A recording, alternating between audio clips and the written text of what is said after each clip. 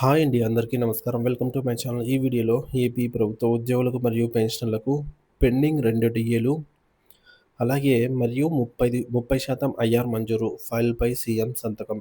దీనికి సంబంధించిన పూర్తి తాజా సమాచారాన్ని వీడియోలో తెలుసుకుందాము.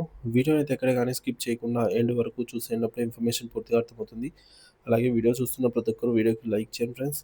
ఈ వీడియోని తోటి ఉద్యోగ పెన్షన్ మిత్రులతో అయితే షేర్ చేయండి. కొత్తగా మన ఛానల్‌ని చూస్తున్నవారు ఇంకా ఎవరైనా సబ్స్క్రైబ్ చేసుకోకుంటే వెంటనే మన ఛానల్‌ని సబ్స్క్రైబ్ చేసుకోండి. దీని ద్వారా నేను చేసే లేటెస్ట్ వీడియోస్ అన్నీ మీ వరకు రీచ్ అవుతాయి. ఇక ఆలస్యం చేయకుండా వివరాల్లోకైతే వెళ్ళిపోదాము. సో ఫ్రెండ్స్, ఇక విషయానికి వచ్చినట్లయితే ఆంధ్రప్రదేశ్ ప్రభుత్వ ఉద్యోగులు, పెన్షనర్లు గతంలో ఎన్నడూ లేని విధంగా తీవ్రమైన ఆర్థిక సంక్షోభాన్ని ఎదుర్కొంటున్నారు.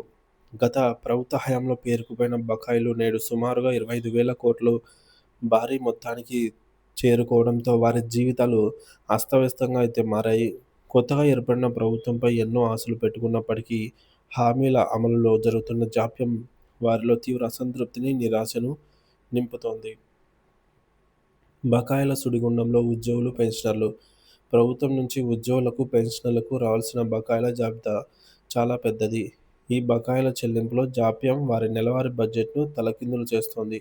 ప్రధానంగా పెండింగ్‌లో ఉన్న అంశాలు ఇవే: పీఆర్సీ బకాయిలు. 11వ వేతన సవరణ సంఘం పీఆర్సీ సిఫార్సుల అమలుకు సంబంధించిన బకాయిలు. రెండోది డీఏ బకాయిలు. పెండింగ్‌లో ఉన్న అనేక కరువు భత్యం డీఏ విడతలు. మూడోది జీపీఎఫ్ తుది చెల్లింపులు మరియు లోన్లు. ఉద్యోగులు తమ జీతాల నుంచి దాచుకున్న జనరల్ ప్రావిడెంట్ ఫండ్ జీపీఎఫ్ మొత్తాలు కూడా సకాలంలో అందటం లేదు. సిపిఎస్ వాటా. కాంట్రిబ్యూటరీ పెన్షన్ స్కీమ్ ఉద్యోగుల ఖాతాలకు ప్రభుత్వం జమ చేయాల్సిన వాటా నిలిచిపోయింది. ఇతర బకాయిలు సరెండర్ లీవ్స్, ఎస్ఎల్స్, గ్రాట్యుటీ, మెడికల్ బిల్లుల రీయింబర్స్మెంట్ బెనిఫిట్స్ వంటి అనేక చెల్లింపులు ఏళ్ల తరబడి పెండింగ్‌లో ఉన్నాయి. ఎన్నికల వాగ్దానాలు, ప్రస్తుత నిరాశ. ఎన్నికల ప్రచార సమయంలో తెలుగుదేశం, జనసేన నాయకులు నారా చంద్రబాబు నాయుడు, నారా లోకేష్, పవన్ కళ్యాణ్ ఉద్యోగ, పెన్షనర్ సంఘాల జేఏసీలతో సమావేశమై స్పష్టమైన హామీలు ఇచ్చారు.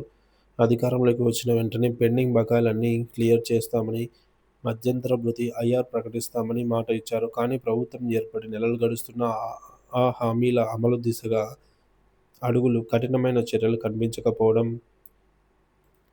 ఉద్యోగ వర్గాలను ఆందోళనకు గురిచేస్తోంది. దసరా, దీపావళి లాంటి పండుగలు ఎన్నో గడిచిపోయినా కనీసం ఊరట లభించకపోవడం వారి ఆశలను నీరుగార్చింది. నామమాత్రపు విడుదలపై తీవ్ర విమర్శ. ఇటీవల ప్రభుత్వం 1300 కొన్ని కోట్లను విడుదల చేసినప్పటికీ అది ఉద్యోగుల ఆగ్రహాన్ని చల్లార్చలేకపోయింది. ఈ విడుదలపై ఉద్యోగ సంఘాలు, ప్రతిపక్షాలు తీవ్ర విమర్శలు చేస్తున్నాయి. వారు ఎత్తి చూపుతున్నటువంటి ప్రధాన అంశాలు ఈ మేరకు చూసుకున్నట్లయితే, విడుదలైన మొత్తంలో 519 కోట్లు జీపీఎఫ్ ఖాతాలకు సంబంధించినవి. ఇది ప్రభుత్వ ధనం కాదు, ఉద్యోగులు కష్టపడి దాచుకున్న సొమ్మే. కేవలం 300 కోట్లు మాత్రమే సిపిఎస్ ఉద్యోగుల నిధికి బదిలీ చేశారు. మిగిలిన మొత్తం వివిధ ఇతర విభాగాలకు చెల్లించారు. కానీ డీఏ, పీఆర్సీ అరియర్స్ వంటి ప్రధాన బకాయిల ప్రస్తావన లేకపోవడంపై వారు తీవ్ర ఆగ్రహం వ్యక్తం చేస్తున్నారు. ఇది ప్రభుత్వం మాకు ఇస్తున్నది కాదు, మా డబ్బే మాకు తిరిగి ఇవ్వటం అని ఉద్యోగులు వాపోతున్నారు. కుప్పకూలిన ఆర్థిక భద్రత, ఉద్యమాలకు సన్నాహాలు. ప్రభుత్వం బిల్లులు చెల్లించకపోవడంతో ఎంప్లాయీ హెల్త్ స్కీమ్ ఈహెచ్ఎస్ కింద నెట్వర్క్ హాస్పిటల్స్ నగదు రహిత వైద్యాన్ని నిరాకరిస్తున్నాయి. దీంతో ఉద్యోగులు, పెన్షనర్లు అత్యవసర సమయాల్లో అప్పులు చేసి వైద్యం చేయించుకోవాల్సిన దయనీయ పరిస్థితి నెలకొంది. ఇప్పటికే ఉద్యోగ సంఘాలు ప్రభుత్వ వైఖరిపై అసంతృప్తితో ఉన్నాయి.